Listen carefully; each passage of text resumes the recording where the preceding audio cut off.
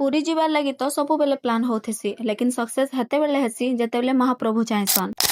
Hi guys सबको मोर जुहार मुई तो भल अच्छे तो माने केनता अच्छो कमेंट थी जरूर बताब। आज सकाले सकाले बाहरी कि आमे पले आसनो आम रेडाखोल स्टेशन कहीं लगी बेले महाप्रभुंकर बुलाबा जेन आसला न यार कहसन ना पूरी केभे आमर इच्छा रे जाई नहीं पारो भगवान कर बुलाबा आसले ही आमे जाई पारमा। ट्रेन जेतकी डिले होतला ना दिमाग आर खराब होतला कहीं लगी बेले एतकी गरम रे ना ट्रेन भितरे बसी ही नहीं होतला फिर जेंता सेंता न फाइनाली पहुंची गनु पुरी। फाइनाली गाइस 7 घंटार सफर करे आमे पहुंची जाइजो पुरी।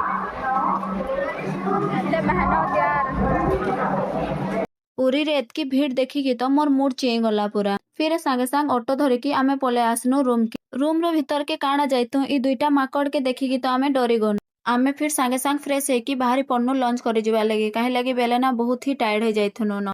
फिर टिके टाइम रेस्ट करी सारला परे आमे बाहरी पन्नू बीच के जीवा लगी कहीं लगी ना बीच रो पाखरे ही आमे रूम नेइथेनु। बीच के आसला बेले तो रोड रे एतकी ट्रैफिक थिला जे तमे देखिकी ही जानी पारुथबो। लेकिन सीरियसली यार ई फ्रेश एयर लगी ना मैं बहुत दिनों तड़पुथिले। ई गुटे ब्लॉग रहते फुल वीडियो के देखी नहीं पारे सो नेक्स्ट पार्ट के देखबा लगी प्लीज फॉलो टे करिथिबो।